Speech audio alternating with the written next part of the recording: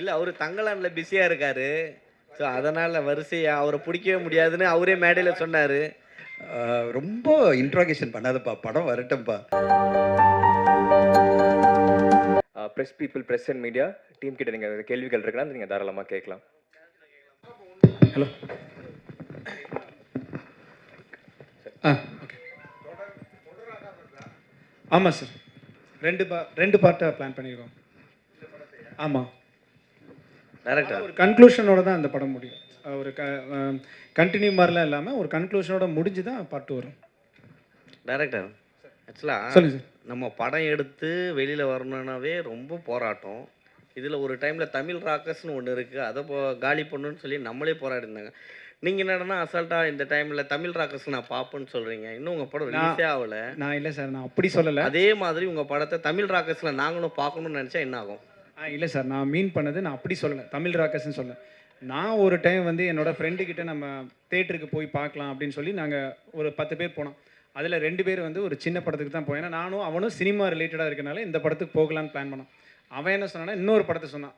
சொல்லிட்டு இல்லைடா இதுவும் 120 அதுக்கு போக வேண்டாம் இதுக்கு அப்படின்னு சொன்னான். ஸோ ஏன்டா அப்படின்னு நான் கேட்கும்போது அவன் சொன்னது, இல்லைடா கண்டென்ட் நல்லா இருக்குது, பட் இருந்தாலும் நம்ம பார்க்குற அளவுக்கு நார்மலாக தானே இருக்குது, ஸோ நம்ம வந்து ஒரு ஃபோன்லேயோ இதுலேயோ பார்த்துக்கலான்னு நான் ஃபேக்டை தான் சொன்னேன்.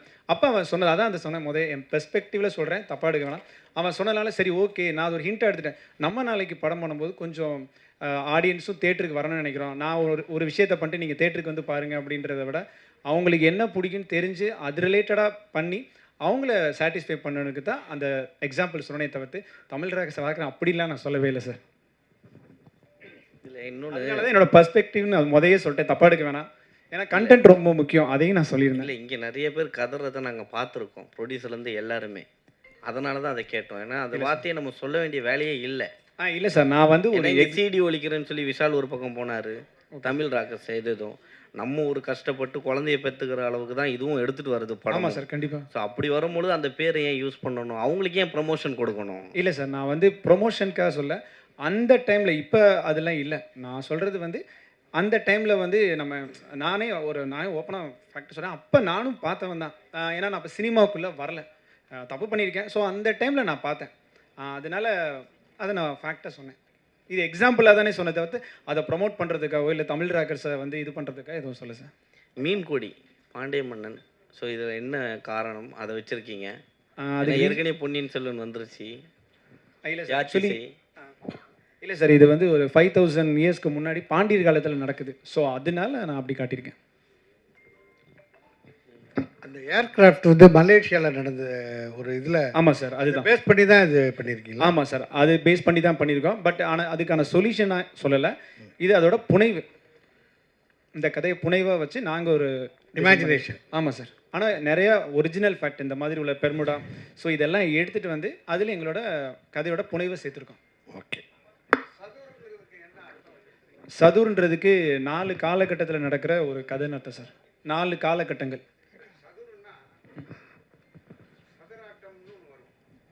ஆமாம் சார், சதுராட்டம், சதுரமுறை. இல்லை, இதுக்கான மீனிங் வந்து 4 காலகட்டத்தில் நடக்கிறது தான் சார் கதை. ஸோ அதனால நாங்கள் சதுர்னு வச்சுருக்கோம்.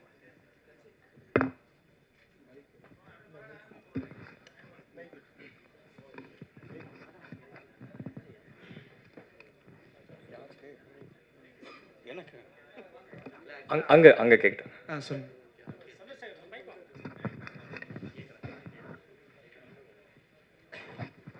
Director sir.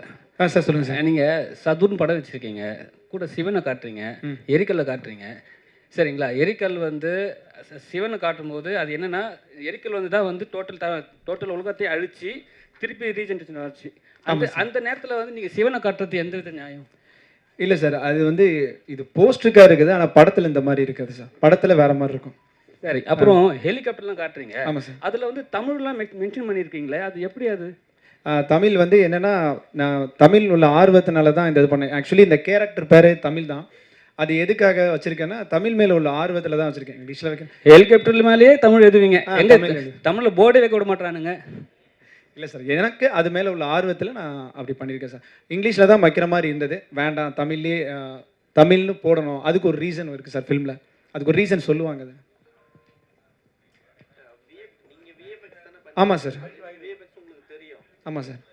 பேஸ் பண்ணி தான் இந்த படத்தை வந்து ஸ்டார்ட் பண்ணியிருக்கீங்களா? இல்லை சார், நான் என்னென்னா நான் இமேஜினரியாக ஒரு ஸ்கிரிப்ட் நான் பிளான் பண்ணேன். எனக்கு விஎஃப்எக்ஸ் தெரிஞ்சனால அதை வெளியே கொண்டு வரதுக்கு யூஸ்ஃபுல்லாக இருக்கே தவிர்த்து விஎஃப்எக்ஸ்க்காக இந்த படம் எடுக்கல. என்னோட கதைக்கு விஎஃப்எக்ஸ் தேவைப்பட்டுச்சு. அதனால் நான் எக்ஸ்ட்ரா லேர்ன் பண்ணி என்னோட டீம் இருக்குது. நான் ஒருத்தன் மட்டும் இல்லை, கிட்டத்தட்ட ஒரு 10 பேர் இருக்காங்க. ஸோ அதை வச்சு ஒரு டீமாக வச்சு தான் அதை பண்ணியிருக்கோம். இது தனஞ்சயன் சாரை எப்படி நீங்கள் சூஸ் பண்ணீங்க? இல்லை, அவர் தங்கலானில் பிஸியாக இருக்கார். ஸோ அதனால் வரிசையாக அவரை பிடிக்கவே முடியாதுன்னு அவரே மேடையில் சொன்னார். 5 மணிக்கு மேலே கிளம்பிடுவோம் பாடினாரு. 5 மணி பாருங்க, போஸ்ட் பண்ணிட்டேன் பாருங்க. 5 மணிக்கு போஸ்ட் பண்ணிட்டோம். இது நடுவில் போஸ்ட் பண்ணியாச்சு. ரொம்ப இன்ட்ராகேஷன் பண்ணாதப்பா, படம் வரட்டும்ப்பா. நீ ரொம்ப இன்ட்ராகேஷன் பண்றீங்க. உங்களை வச்சு ஒரு திரைக்கதை பண்ண இவர் வச்சு. அவங்க யாருன்னு தெரியாது. இல்லை வெளியில் இல்லை, ஒரு கமெண்ட் ஒருத்தர் சொன்னார், நான் கோயம்புத்தூர்ல வந்து இந்த படம் பண்ணியிருக்கோம் அப்படின்னு. ஒரு விஷயம் சொல்லிடுறேன். தமிழ் சினிமாவோட ஹிஸ்டோரியனா ஒரு சின்ன பார்ட் எனக்கும் இருக்குது, அதனால சொல்கிறேன். கோயம்புத்தூர்ல தான் சினிமா ஆரம்பிச்சது. ஓகே, கோயம்புத்தூர்ல தான் மிகப்பெரிய ஸ்டுடியோக்கெல்லாம் கோயம்புத்தூர் தான் தமிழ் சினிமாவுக்கே ஆரம்ப காலகட்டம். ஓகேங்களா? இன்னைக்கு வரையும் வந்து மிகப்பெரிய ஸ்டுடியோக்கெல்லாம் கோயம்புத்தூர், சேலத்தில் தான் இருக்குது. ஓகேங்களா? அங்கேருந்து தான் மலைக்கல்லன் படத்துலேருந்து எல்லா படங்களும் இந்தியிலலாம் எடுத்தாங்க. மலைக்கல்லன்லேருந்து எல்லா பெரிய படங்களும் கோயம்புத்தூரில் ஆரம்பிச்சது. இன்றைக்கி கோயம்புத்தூரில் நிறைய டேலண்ட்ஸ் வந்துட்டு இருக்கிறது சந்தோஷமாக இருக்குது. ஏன்னா கோயம்புத்தூர் ஒரு காலகட்டத்தில் தமிழ் சினிமாவை டாமினேட் பண்ண, இந்தியன் சினிமாவே டாமினேட் பண்ண கோயம்புத்தூர்லேருந்து ஒரு சின்ன ஒரு தொய்வு இருந்தது. அந்த தொய்வு இன்றைக்கி விலகி நிறைய டேலண்ட்ஸ் அங்கே வந்துட்டு இருக்கிறது சந்தோஷமாக இருக்குது. அவங்கள நம்ம வரவேற்போம். இன்ஃபேக்ட் கோயம்புத்தூர்லேருந்து நான் வந்து கைமை கடக்குன்னு ஒரு படம் பண்ணேன். அந்த படம் வந்து மிகப்பெரிய அளவில் ஓடிடியில் சக்ஸஸ் ஆச்சு. அதான் ஃபஸ்ட்டு நான் போட்டது. எனக்கு ஆச்சரியமாக இருந்தது. நீங்களாம் சர்ப்ரைஸ் ஆவீங்க. அந்த கைமை கடக்க படம் வந்து ஒரு 30 லட்சம் ரூபாயில் எடுத்த படம். அது ஓடிடிலே பெரிய ரெவென்யூ வந்தது. அந்த 2 பேர் சேர்ந்து நடித்து அட்டகாசமாக கோயம்புத்தூர்லேருந்து எடுத்து இண்டிபெண்ட்டாக படம் பண்ணியிருந்தாங்க. இப்போ இவங்க பண்ணுற படம் பார்த்தீங்கன்னா அவங்களுக்குள்ளே இருக்கிற அந்த டெக்னாலஜிக்கல் நாலேஜை வச்சுக்கிட்டு, விஎஃப்எக்ஸை வச்சுக்கிட்டு, விஎஃப்எக்ஸ் மூலமாக ஒரு படத்தை எப்படி கிரியேட் பண்ண முடியும். இன்றைக்கி க்ரீன் மேட்டை வச்சுக்கிட்டு நீங்கள் வந்து எக்கச்சக்கமான க்ரியேஷன் பண்ண முடியும். அவங்க அதை வந்து ரொம்ப அழகாக பண்ணியிருக்காங்க. அது பார்த்தோன்னே நான் பிரமிச்சேன். ரொம்ப திறமைசாலிங்கப்பா அப்படின்னு. என்னென்னா இது நல்லா தெரியுது, இதெல்லாம் ரியல் லொக்கேஷனே கிடையாது, ரியல் இதுவே கிடையாது. கொஞ்சம் கொஞ்சம் ரியல் லொக்கேஷனை மேட்ச் பண்ணியிருப்பாங்க. பட் ஆனால் முக்கால்வாசி எல்லாமே ஸ்டுடியோவில் வச்சு கிரியேட் பண்ண விஷயம். சார் சொன்னார் பார்த்தீங்களா, திடீர்னு பார்த்தா உள்ளே போச்சுன்னு. அது மாதிரி எல்லாமே வந்து கிரியேஷன் தான். அந்த ஒரு முயற்சியை நம்ம பாராட்டணும். நான் வெயிட் பண்ணிட்டு இருக்கேன். இது படமாக எப்படி இருக்கும்? ட்ரெய்லரில் அசத்திட்டாங்க 2 மினிட்ஸில். அந்த 2 ஹவர்ஸில் எப்படி அசத்த போகிறாங்க நான் வெயிட் பண்ணிட்டு இருக்கேன் அகஸ்டின். ஸோ அதை நம்ம வாழ்த்துவோம். சார் சொன்னார் பார்த்தீங்களா, சதுர் அப்படின்னா என்னன்னு கேள்வி கேட்டாங்கன்னே டைட்டில் பிரச்சனை இருக்குது. அதனால் நம்ம கொஞ்சம் கவனத்தில் வைப்போம். டைட்டில் கரெக்டாக ரீச் ஆகுதா என்ன சார்? சதுர்னு எல்லார்ட்டையும் போய் எக்ஸ்பிளைன் பண்ண முடியாது. இவர்கிட்ட சொல்லிட்டீங்க மேடையில், எல்லார்ட்டையுமே ஆடியன்ஸ் சொல்ல முடியாதுல்ல. ஸோ அதனால் இதனுடைய படைப்பு என்ன அப்படின்றத எப்படி நம்ம கரெக்டான முறையில் கொண்டு போகணும். அதுக்கு தான் சொன்னேன். ஒரு ப்ரொடியூசராக நான் எப்போவுமே டைட்டில் என்னன்னு பார்த்துட்டே இருப்பேன். டைட்டில் நம்மளை கனெக்ட் ஆகிடணும். அந்த விஷுவல் கனெக்ட் ஆகிற மாதிரி டைட்டிலும் கனெக்ட் ஆச்சுன்னா மக்கள் பேசுவாங்க. அதில் தான் மேலேயே சொன்னேன், டைட்டிலாம் கொஞ்சம் பேசுவோம் அப்படின்னு சொன்னேன். அவர் கேட்டுட்டார், சார் கேட்டுட்டார், என்ன சார் டைட்டில் மீனிங் என்னன்னு கேட்குறாரு. எல்லா மக்களும் மீனிங் கேட்டால் பிரச்சனை ஆகிடும் ஆடியன்ஸ் எல்லாம். அதனால் உங்களோட முயற்சி கண்டிப்பாக ஒரு பெரிய லெவலில். என்னை வந்து அவர் வாட்ஸ்அப்பில் அனுப்பிச்சிட்டே இருந்தார், சார் நீங்கள் வரணும்னா நான் ரொம்ப இதுவாக இருக்கேன்பா, போயிட்டுருக்கு, 6 மணிக்கு இன்னொரு போஸ்ட் இருக்குது, நான் அந்த வேலையில் இருக்கேன்னு. இல்லை சார் நீங்கள் வாங்கினாரு. எனக்கு அந்த விஷுவல் பார்த்து ஒரு பிரமிச்சு தான் இருந்தேன். இது வேற வம்பு பற்றியா? தங்கலான் வேலையை விடாமல் நான் சொன்னல, இப்போ தங்கலான் வேலை கரெக்டாக 5 மணிக்கு லான்ச்சும் பண்ணிவிட்டு அங்கே இருந்துகிட்டே லான்ச் பண்ணிவிட்டு, அதுப்பா தங்கலான் லான்ச் மிஸ் பண்ணக்கூடாது, 5 மணிக்கு லான்ச் ஆகிடணும், அனௌன்ஸ்மெண்ட் வந்துடணும் சொல்லிட்டு ஜி பிரகாஷ் சார் என்னை கேட்டே இருக்காரு, அனுப்புங்க சீக்கிரம் அனுப்புங்கன்னாரு. அது கரெக்டாக 4:55 அமிச்சிட்டு ஓடி போய் மேடையில் பேசிட்டேன்.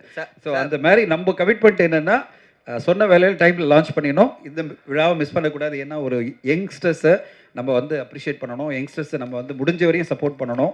அவங்களுடைய முயற்சிக்கு நம்மளாம் சப்போர்ட் பண்ணணும். அப்போ என்ன சினிமா இண்டஸ்ட்ரி, இந்த சினிமா தான் நம்ம வாழ்ந்துட்டு இருக்கோம். நான் வாழ்ந்துட்டு இருக்குது சினிமானால தான். இந்த சினிமாவுக்கு என்னுடைய கான்ட்ரிபியூஷன் அப்படின்னு பார்த்தீங்கன்னா இந்த மாதிரி புது இளைஞர்களுக்கு வந்து சப்போர்ட் பண்ணோம். ரவி சார் மாதிரி நண்பர்லாம் கூடும்போது நம்ம வந்து வந்துடணும் அப்படின்னு தான் நம்ம வந்தாச்சு. ஸோ நீங்களும் அதே மாதிரி புது இளைஞர்களை, புது டீமை மிகப்பெரிய லெவலில் நீங்கள் சப்போர்ட் பண்ண தான் உங்களை நான் கேட்டுக்கிறேன். ட்ரைலர் பார்த்தோன்னு ஓடி வந்துட்டீங்களே, அந்த மாதிரி நாங்களும் ட்ரைலர் பார்த்தோன்னு நல்லா இருக்குன்னு தான் சொல்லிட்டீங்க. சரி, இது வெளியே போகக்கூடாது தான் நீங்கள் வந்தீங்க. ஆமாம், அந்த மாதிரி தான். அதே மாதிரி தான் நீங்களும் வந்துட்டீங்களா. அதனால் மிகப்பெரிய அளவில் எழுதி சப்போர்ட் பண்ணி சதுரப்பு கொண்டு போய் ரீச் பண்ணிடுங்க மக்கள் மத்தியில். Thank you so much sir. நன்றி. G Dhananjayan sir, producer, distributor, founder and director of BOFTA Film Institute, co-producer, associate producer, theatrical distributor and digital distributor, and also wonderful actor. I'd like to welcome Mohan Sesli. Thank you ரொம்ப பெருசாக பேசுகிறீங்க. அனைவருக்கும் இனிய மாலை வணக்கம். ரொம்ப சந்தோஷமாக இருக்குது இந்த நிகழ்வில் கலந்துக்கிறதுக்கு. ஜீவரவி சார் சந்தோஷம், நீங்கள் ரொம்ப பில்டப் பண்ணிட்டீங்க. ரொம்ப அவ்வளோதான் வருது இல்லை, பட் டெஃபினட்டாக சந்தோஷமாக இருக்குது இந்த மாதிரி நம்மளை ரிசீவ் பண்ணும்போது. ஊடக நண்பர்கள் அனைவருக்கும் இனிய மாலை வணக்கம். இந்த ஃபங்க்ஷன் வந்து இன்னைக்கு 5 மணிக்கு தங்கலான் ஃபர்ஸ்ட் சிங்கிள் ரிலீஸ் ஆகுதுன்னு பயங்கர டென்ஷன் போயிட்டு இருக்கும்போது, நான் வந்து இல்லைப்பா விட்டுரு அப்படின்னு அமர்கிட்ட சொல்லிட்டே இருந்தேன். அமர் வந்து தொடர்ந்து மெசேஜ் பண்ணிட்டே இருந்தார். சார் நீங்கள் ட்ரெய்லர் ஆஃபீஸில் பாருங்கள், உங்களுக்கு பிடிச்சிருந்தா விழாவில் கலந்துங்க அப்படின்னாரு. இல்லை எனக்கு 5 மணிக்கு ஒரு ஈவெண்ட் இருக்குது, 6 மணிக்கு ஒன்று இருக்குது, ரொம்ப ஹெக்டிக்காக இருக்குது, நான் வரது கஷ்டம் அப்படின்னு சொல்லிட்டே இருந்தேன். அப்புறம் அவருடைய அந்த பெர்சிஸ்டன்ஸில் நான் என்ன சொன்னேன், சரி ஒரு ட்ரெய்லர் நீங்கள் விமியோ லிங்க் அனுப்புங்க, நான் பார்க்குறேன் அப்படின்னு சொன்னேன். பார்த்துட்டு ஒருவேளை முடிஞ்சால் நான் வந்து கலந்துக்கிறேன் அப்படின்னேன். பிலீவ் மீ ஃப்ரெண்ட்ஸ், நீங்கள்லாம் பார்த்தீங்கல்ல, நான் வந்து லேப்டாப்பில் ஓப்பன் பண்ணி அந்த ட்ரெய்லர் பார்த்தோன்னே நான் அசந்துட்டேன்.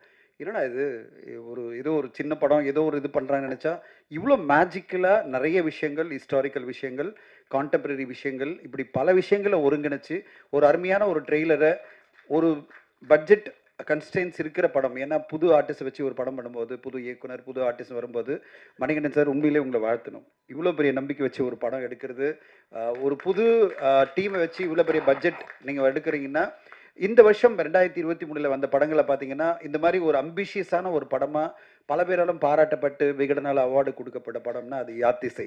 அந்த மாதிரி ஒரு யாத்திசை மாதிரி இந்த படமும் வந்து 2024க்கு ஒரு சிறந்த படக்குழு, புது படக்குழுவாக சதுர் படக்குழு வருன்றது நம்பிக்கை எனக்கு இருக்குது. அந்தளவு வந்து அருமையான விஷுவல்ஸ், அருமையான ஒரு மேக்கிங்.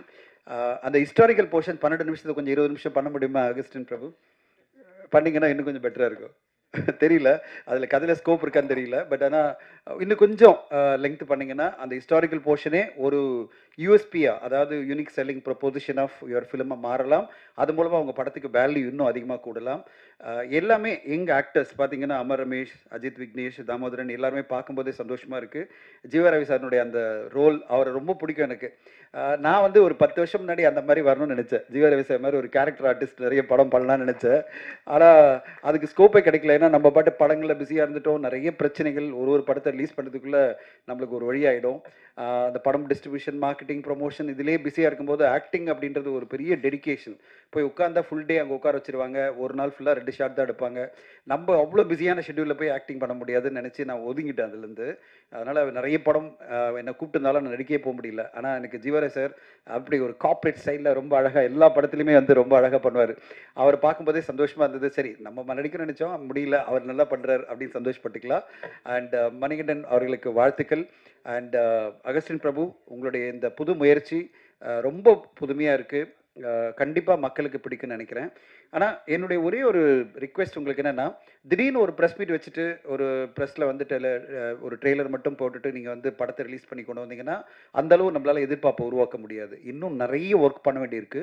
இந்த படத்தை ஊடக நண்பர்கள் நம்மளுக்கு எவ்வளோ சப்போர்ட் பண்ணாலும் இன்னும் மக்கள் மத்தியில் கொண்டு செல்றதுக்கு டைம் இருக்குது.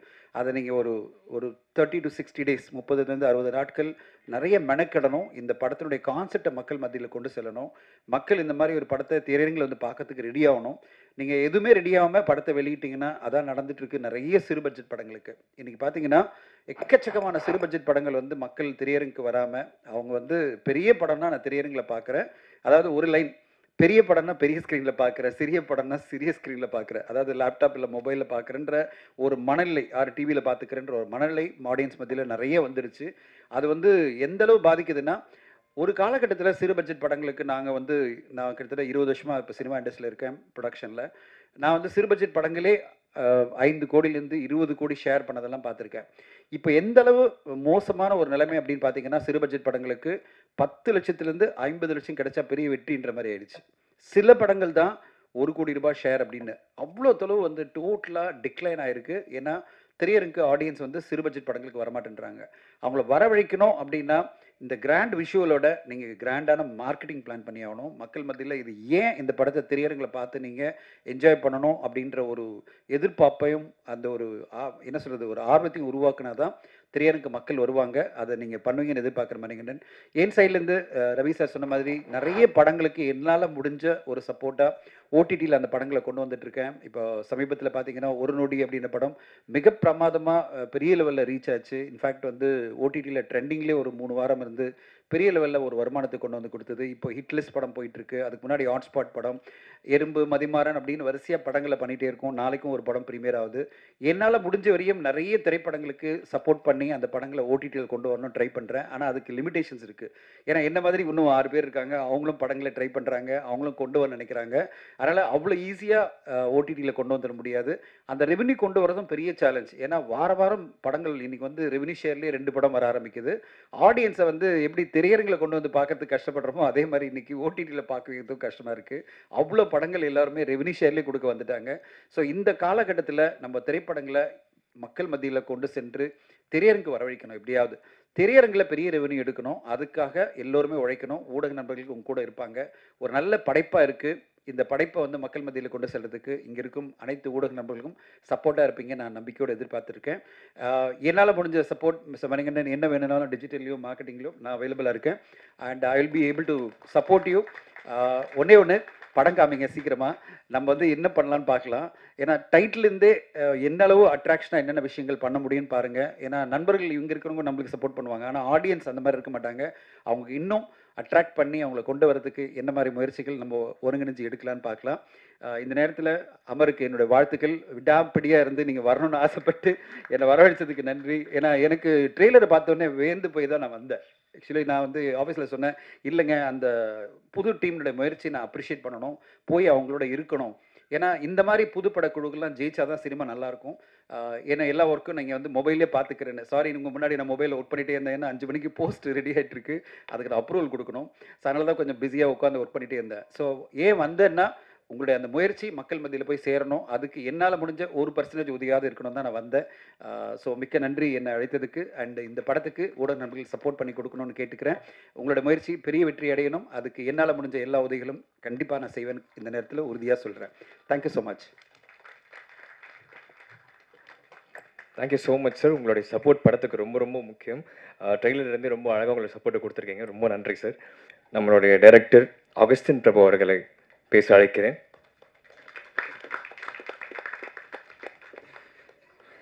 எல்லாருக்கும் வணக்கம். இந்த ஃபங்க்ஷனுக்கு வந்திருக்க பத்திரிகையாளர்களுக்கும் சிறப்பு விருந்தினராக வந்திருக்க தனஞ்சயன் சார் அவர்களுக்கும் என்னோட இன்னொரு அப்பா மாதிரி அப்பா ஜீவா ரவி சார். ஏன்னா நிறைய இடத்துல அவர் கூட நான் அதிகமாக கான்டாக்டில் இல்லை, பட் அமர் மூலமாக தான் அவர்கிட்ட பேசுவேன். நிறைய இன்ஃபர்மேஷன்ஸ் கொடுப்பாரு. ஸோ அவருக்கும் என்னோட நன்றியை தெரிவிச்சுக்கிறேன். இந்த படத்தில் பார்த்தீங்கன்னா கிட்டத்தட்ட 1200 விஎஃப்எக்ஸ் ஷாட் இருக்குது. ஸோ ஒன்று அதாவது ஒரு நார்மலாக ஒரு சின்ன படம் பார்க்கும்போது ஒரு சின்ன எக்ஸ்பீரியன்ஸை சொல்கிறேன். இது என்னோடய பெர்ஸ்பெக்டிவில் சொல்கிறேன். என்னென்னா ஃபஸ்ட்டு நான் மணி பிரதர்கிட்ட கதை சொல்லும்போது 2 கதை சொல்லியிருந்தேன். ஒன்று ஒரு அப்பார்ட்மெண்ட்லேயே நடக்கிற மாதிரி ஒரு க்ரைம் த்ரில்லர் மாதிரி சொல்லியிருந்தேன். இன்னொன்று இந்த சதுர் படத்தை தான் சொல்லியிருந்தேன். சாரி, எனக்கு கொஞ்சம் நர்வஸ், தப்பு எடுத்துக்க வேண்டாம். ஸோ சதுர் படம் சொல்லியிருந்தா அப்போ அவர் என்ன சொன்னார்னா, இந்த பட்ஜெட் எல்லாம் இது பண்ண முடியாது, ஸோ இது வேண்டாம், அந்த அப்பார்ட்மெண்ட்டில் நடக்கிற அந்த ஸ்கிரிப்ட் நல்லா இருக்குது, கொஞ்சம் ஈஸியாக இருக்குது, அதை பண்ணலாம் அப்படின்னு. நான் என்ன சொன்னேன், இல்லை இதை பண்ணலாம், இப்போ அப்பார்ட்மெண்ட் ஸ்கிரிப்ட் நல்லா இருக்குது, கண்டென்ட் நல்லா இருக்குது, இதுவும் கண்டென்ட் நல்லா இருக்குது. பட் என்ன தான் கண்டென்ட் இருந்தாலும் தேட்டருக்கு வரணும்னு நினைக்கிறோம். தேட்டருக்கு வரும்போது ஆடியன்ஸ் கொஞ்சம் எதிர்பார்ப்பாங்க. ஏன்னா என்னோடய ஃப்ரெண்டு ஒரு கான்வர்சேஷனில் கூட பேசும்போது என்ன சொல்கிறாங்கன்னா, டேய் சின்ன படமாக இருக்கும்போது அதை ஃபோனில் பார்த்துக்கலாம், இல்லை வந்து தமிழ் ராகஸில் அவனே சொல்கிறான் தமிழ் ராகஸில் பார்த்துக்கலாம். நம்ம வர்றதே வீக்லி ஒரு டைம் தேட்டருக்கு, அதை ஒரு கமர்ஷியலாவோ என்டர்டெயின்மெண்ட்டாக பார்க்கலாம் அப்படின்னு சொல்லுது. ஸோ ஒவ்வொருத்தவங்களுக்கு ஒரு பர்ஸ்பெக்டிவ் இருக்குது. கண்டென்ட் இருக்கிற சமயத்தில் அட் சேம் டைம் கொஞ்சம் விஷுவலாக சம்திங் புதுசாக ஏதாவது ஆடியன்ஸ் எதிர்பார்க்குறாங்க. ஸோ அந்த மாதிரி நம்ம கொடுக்கலாம். இது என்னோட பெர்ஸ்பெக்டிவ், எதுவும் யாரும் தப்பாக எடுக்க வேண்டாம். ஸோ அதுதான் அவர்கிட்ட நான் சொன்னேன், இந்த மாதிரி பண்ணலாம், நம்ம தேட்டருக்கு வர வைக்கிறேன்னு நினச்சா மட்டும் பத்தாது, ஏதாவது சம்திங் டிஃப்ரெண்ட்டாகவும் பிரம்மாண்டமாக ஏதாவது பண்ணலாம். ஆனால் ஒரு பட்ஜெட் சொல்லியிருந்தேன், அவர் நல்ல பட்ஜெட் கொடுத்தாரு. பட் இருந்தாலும் நம்ம நினச்சதை அதை கொண்டு வரணும் அப்படின்னு சொல்லி ஒரு பைலட் மாதிரி எடுத்தேன். அந்த பைலட் எடுத்து அவர்கிட்ட காட்டும்போது அவர் கான்ஃபிடென்ட் ஆகிட்டார். ஏன்னா நிறைய பேர் அவர்கிட்ட கம்ப்ளைண்ட் பண்ணுவாங்க, அதெல்லாம் முடியாது, அவன் பாட்டுக்கு வேர்ல்டு வார்னு சொல்கிறான், ஆள் கடலுக்குள்ளே போகிறேன்றான், ஃப்ளைட் சென்டர்னு சொல்கிறான், ஃப்ளைட்டு காணாமல் போகுது சொல்கிறான், ஒரு அபாண்டன் ஹவுஸ்க்குள்ளே ஸ்டண்ட்டுன்னு சொல்கிறான், இதெல்லாம் யாரும் பண்ண முடியும் அப்படின்னு எல்லாரும் அவங்ககிட்ட சொல்லும்போது அவரும் லைட்டாக டவுட் ஆனாலும் அந்த பைலட்டை பார்த்ததுக்கப்புறம் அவர் ரொம்ப நம்ப ஆரம்பிச்சார். அதுக்கப்புறம் நான் எடுக்கிற மேக்கிங்லாம் பார்க்கும்போது அவரே மேலும் கீழே பார்ப்பார், இவன் உண்மையாகவே இதை எடுக்கிறானா, இதை கரெக்டாக வருமா, ஏதோ உட்காந்து காருக்குள்ளே ஏதோ பண்ணிகிட்டு இருக்கானுங்க, இவன் ஏதோ பெரிய ஃபேக்ட்ரின்றான், அந்த ஃபேக்ட்ரிக்குள்ளே இப்படின்றான் அப்படின்றான், ஒன்றுமே இதை என்னை ஒரு டைம் கூப்பிட்டு கேட்டார், என்னங்க நிறையா ஒரு விதமாக சொல்கிறீங்க, ஃபேக்ட்ரிக்குள்ளே ஸ்டண்ட்டு ஒரு அபாண்டன் இது, அதுவும் கார் சேசிங் ரோட்லேயே பண்ண முடியாது, நீங்கள் ஒரு ஃபேக்ட்ரிக்குள்ளே பண்ணுன்றீங்க எப்படி? இல்லை சார் சிஜி தான், பட் உங்களுக்கு விஷுவலாக பார்க்கும்போது நல்லா இருக்கும் அப்படின்னு சொல்லி அதுக்கப்புறம் நான் அவர்கிட்ட அவுட்டு காட்டும்போது தான் நம்புகிறேன். ஏன்னா நிறைய பேர் அவர்கிட்ட அதை சொல்லுவாங்க. அப்பார்ட் ஃப்ரம் அதுக்கப்புறம் பார்த்தீங்கன்னா இந்த படத்தில் ப்ளஸ் பார்த்தீங்கன்னா ஆல்ரெடி சொன்ன மாதிரி தான் கிட்டத்தட்ட 1250 விஎஃப்எக்ஸ் ஷாட்ஸ் இருக்குது. அதுக்கப்புறம் ஒரு அபாண்டன் ஹவுஸ், ஒரு ஃபேக்ட்ரிக்குள்ளே ஒரு கார் சேசிங் இருக்குது. கண்டிப்பாக அது எல்லாருக்கும் பிடிக்கும்னு நினைக்கிறேன். ஏன்னா அதுக்கு ரொம்ப ரிஸ்க் எடுத்து பண்ணியிருக்கோம். அதுக்கப்புறம் ஒரு ஒரு பெரிய கடலுக்கு நடுவில் ஒரு விஷயம் எடுக்கணும். அதுக்கு நாங்கள் ப்ராக்டிக்கலாக போனோம். அது எங்களால் பண்ண முடியல. ஸோ அதனால் ஃபுல் ஓஷன்ஸ் எல்லாத்தையும் சிஜியாக பண்ணி அதில் ஒரு செக்டார் மாதிரி டிசைன் பண்ணி இப்போ நீங்கள் இதில் ட்ரெய்லரில் பார்த்துருப்பீங்க மரியானா ட்ரென்ச், அது எல்லாமே ஃபுல் சிஜியில் பண்ணி. ஸோ அதுவும் உங்களுக்கு ரொம்ப பிடிக்கும். ஸோ இந்த படத்தில் 2 கார் சேஸ் இருக்குது. நான் கண்டிப்பாக நீங்கள் எல்லோரும் ரசிக்கிற மாதிரி இருக்கும். அது போக ஒரு ஃப்ளைட் கிராஷ் அந்த மாதிரி ஒரு சீனை முதல் டைம் ட்ரை பண்ணியிருக்கோம். ஸோ நிறையா விஷயம் புதுசாக ட்ரை பண்ணியிருக்கோம். அதுக்கப்புறம் பார்த்திங்கன்னா ஒரு 10 மினிட்ஸ் வந்து இந்த படத்தில் வந்து ஹிஸ்டாரிக்கல் போர்ஷன் வருது. அதாவது 12 மினிட்ஸ் வருது. இந்த 12 மினிட்ஸும் ரொம்ப கஷ்டப்பட்டு நாங்கள் பண்ணியிருக்கோம். ஆக்சுவலி என்னென்னா பாகுபலி மாதிரிலாம் நம்மளால் பண்ண முடியாது. பட் இருந்தாலும் ஒரு சின்ன டச் கொடுப்போம். தேட்டரில் ஆடியன்ஸ் வர்றாங்க, அவங்களுக்கு எதிர்பார்த்த மாதிரி அதெல்லாம் கொடுக்கணும். ஒவ்வொரு சீனையும் நம்ம பார்த்து பார்த்து பண்ணோம். அதுக்கப்புறம் அவங்க மார்க் போட்டுக்கிட்டோம். ஸோ ட்ரை பண்ணலாம்னு சொல்லி ஒரு சின்னதாக ஒரு என்ன சொல்கிறது, ஒரு ஹிஸ்டாரிக்கல் போர்ஷன் ஒரு 10 to 12 மினிட்ஸ் இருக்குது. அது கண்டிப்பாக உங்கள் எல்லாருக்கும் பிடிக்கும். நாங்கள் முடிஞ்ச அளவு நல்லா ட்ரை பண்ணியிருக்கோம். வித்தியாசமாக நிறையா விஷயம் பண்ணியிருக்கோம் விஎஃப்எக்ஸில். ஸோ நீங்கள் பார்த்துட்டு உங்கள் சப்போர்ட் சொல்லணும். அதுக்கப்புறம் பார்த்தீங்கன்னா ஆதர்ஷ் சந்துரு, ஏன்னா விஎஃப்எக்ஸ் என்ன தான் பண்ணாலும் சினிமோட்டோகிராஃபரோட ஒத்துழைப்பு கண்டிப்பாக வேணும். ஏன்னா லைட்டிங்லேருந்து இந்த ஷேடோ இன்னும் நிறைய விஷயங்கள் இருக்குது. அது எல்லாம் ஒரு கேமராமேனும் ஒரு விஎஃப்எக்ஸ் ஆர்டிஸ்ட்டும் சேர்ந்தால் தான் அது கரெக்டாக வந்து அதோட அவுட்புட் வரும். அதுக்கு வந்து மிஸ்டர் சந்துரு வந்து ரொம்ப ஹெல்ப்ஃபுல்லாக இருந்தார். ஈகோ இல்லாத மனுஷன். ஏன்னா நிறையா ஷாட் நானே வந்து கேமரா நோண்டிட்டு இப்படிலாம் வைப்பேன். வேறு கேமரா வந்தால் கையை வெட்டிடுவாங்க. பட் அவர் வந்து அப்படிலாம் பண்ண மாட்டார். என்ன வேணும் சொல்லுங்கள் அப்படின்னு சொல்லி கேட்டு ஒன்றும் பொறுமையாக இருந்து என்னோடய விஷயம் என்னென்னு பொறுமையாக கேட்டு அதுபடி எனக்கு ஏற்ற மாதிரி எடுத்து கொடுப்பாரு. அது போக அவரும் நிறையா விஷயம் ஷார்ட்ஸ் எல்லாம் நல்லா அழகாக எடுத்து கொடுப்பாரு. ஏன்னா நீங்கள் பார்க்கும்போது நிறைய விஷயம் தெரிஞ்சிருக்கும். விஎஃப்எக்ஸோட சினிமோட்டோகிராஃபியில் நிறைய இடத்துல ரொம்பவே நல்லா இருந்திருக்கும். ஸோ அந்த கிரெடிட்ஸ் எல்லாமே பார்த்தீங்கன்னா மிஸ்டர் சந்துருவை தான் போய் சேரும். அதுக்கப்புறம் பார்த்தீங்கன்னா ஆதர்ஷ் சந்திரசேகர், ஆதர்ஷ் வந்து இந்த படத்தில் மியூசிக் உண்மையாகவே ரொம்ப நல்லா பண்ணியிருக்கேன். அப்படி நீங்கள் பார்க்கும்போது அதை கண்டிப்பாக நீங்கள் எக்ஸ்பீரியன்ஸ் பண்ணிப்பீங்க. ஏன்னா நான் கேட்குறது எல்லாமே ரொம்ப ஹை லெவலில் கேட்பேன். ஆனால் கொடுக்குறது மட்டும் தான் கொடுப்பேன். பட் இருந்தாலும் அவன் அதுக்கெல்லாம் இது பண்ணாமல் நான் என்ன எக்ஸ்பெக்ட் பண்ணுறேனோ என்னோடய எக்ஸ்பெக்டேஷனை தெரிஞ்சு நான் நிறைய டைம் மாற்றிக்கிட்டே இருப்பேன். எனக்கு இது பிடிக்கல, டியூன் பிடிக்கலன்னு சொல்வேன். ஆனால் ஒவ்வொரு டைம் பொறுமையாக இருந்து நான் எவ்வளோ கரெக்ஷன் சொன்னாலும் அவ்வளோ கரெக்ஷனே கேட்பான். அவங்ககிட்ட இது வரைக்கும் நான் ஒரு 2 இயர்ஸில் எவ்வளவோ கரெக்ஷன் சொல்லியிருக்கேன். எல்லாத்தையும் இருந்து பொறுமையாக அந்த படத்துக்கு நல்ல மியூசிக் கொடுத்த மிஸ்டர் ஆதர்ஷ் சந்திரசேகருக்கு இந்த நேரத்தில் நான் தேங்க் பண்ணிக்கிறேன். அதுக்கடுத்தபடி இந்த படம் உருவாகிறதுக்கு, சத்துர் உருவாக முதல் முக்கிய காரணம் என்னோடய ப்ரொடியூசர் மிஸ்டர் ராம் மணிகண்டன்.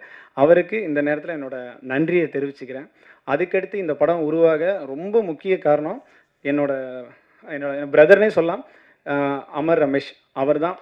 அவரால் தான் இன்னும் இந்த படம் ஒரு படி மேலே வந்துச்சு. ப்ளஸ் என்னோட கூட இருந்த ஆர்டிஸ்ட் அஜித்தும் சும்மா சொன்னது, he is a vibrant person. எப்பயுமே துருன்னு அந்த ஷூட்டிங்கில் என்னன்னாலும் எப்படி சொல்கிறது, அவனோட பெர்ஃபார்மன்ஸ்லேருந்து A to Z நல்லா பண்ணியிருப்பான், நல்லா ஹெல்ப் பண்ணியிருக்கான்.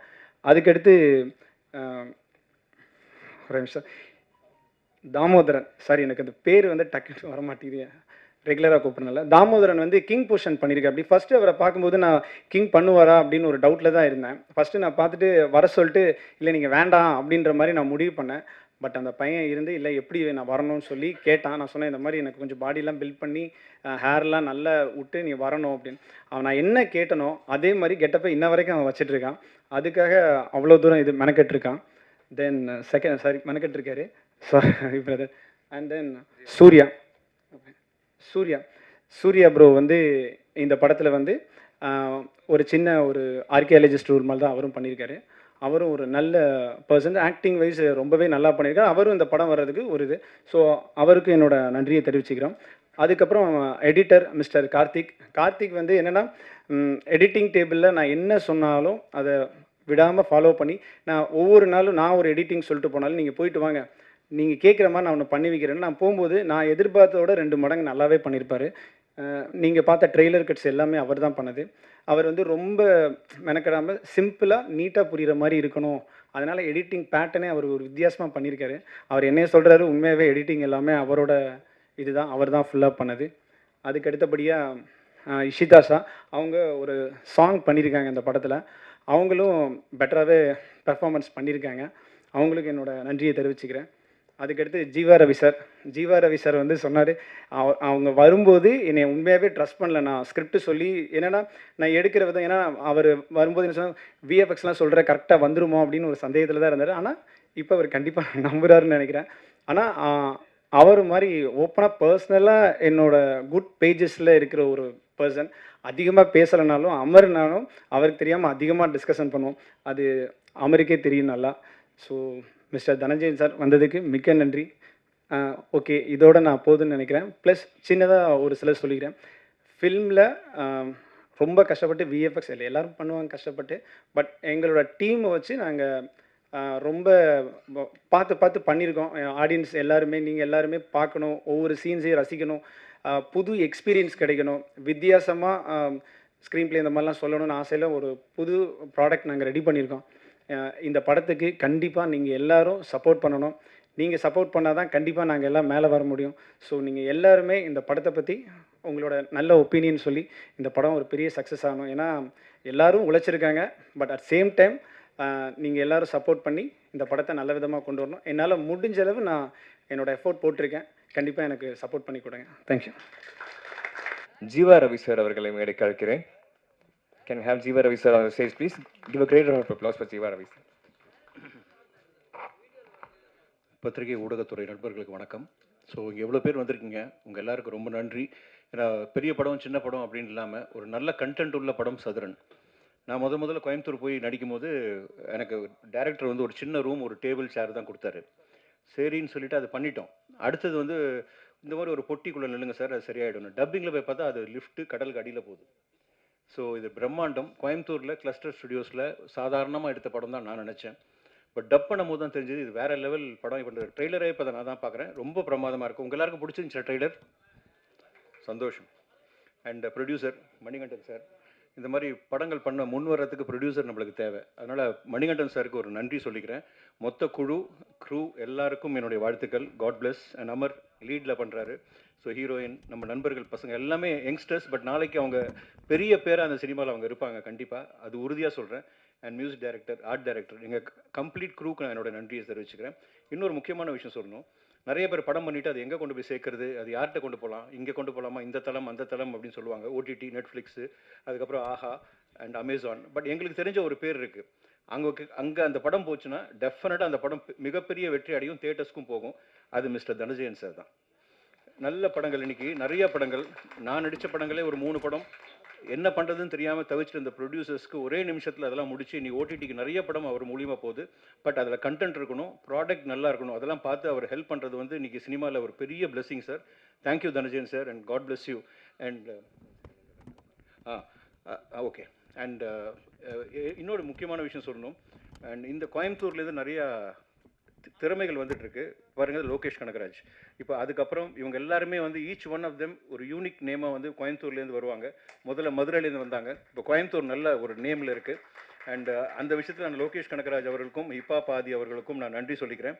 நான் அவங்க பக்கத்து ஊர் தான், கோபிஸ்ரீபாளையம். அதனால் நம்ம ஊரை பற்றி பேசுகிறேன்னு நினச்சிக்க வேணாம், எல்லாமே தமிழ்நாடுன்றது நம்ம தான். ஸோ உங்கள் எல்லாருக்கும் நன்றி. அண்ட் இதில் சப்போர்ட் பண்ணுறது வந்து தேட்டரில் போய் சப்போர்ட் பண்ணுங்கள். நம்ம படத்தை நம்ம ப்ரொமோட் பண்ணணும். Each and every one sitting year நம்ம படத்தை நீங்கள் ப்ரொமோட் பண்ண ஆரம்பிங்க, இன்ஸ்டாலையும் சரி, ஃபேஸ்புக்லையும் சரி. அண்ட் அகஸ்டின் பற்றி சொல்லணும். வாங்க, இவர் நான் ஃபஸ்ட்டு பார்க்கும்போது ஒரு டேரக்டராகவே நினைக்கல நான். அதுக்கப்புறம் தான் சொன்னேன், டேரக்டருக்கு உருவமோ அழகோ தேவையில்லை. அதுக்கு உதாரணம் வந்து ஏஆர் முருகதாஸ் சார் இருக்கார், நிறைய பேர் இருக்காங்க. திறமை மட்டும்தான். அந்த விஷயத்தில் அகஸ்டின் சார் சைலண்ட் கில்லர், சைலண்ட்டாகவே தான் இருப்பார். என்ன ஷார்ட் பண்ணால் நீங்கள் பண்ணுங்கள் சார், நான் ஓகே நான் என்ன சார் எல்லாத்துக்குமே ஓகே சொல்கிறீங்களா சார் அப்படின்னு சொல்லிட்டு இருந்தேன். இல்லை நீங்கள் பண்ணுங்க அப்படின்னாரு.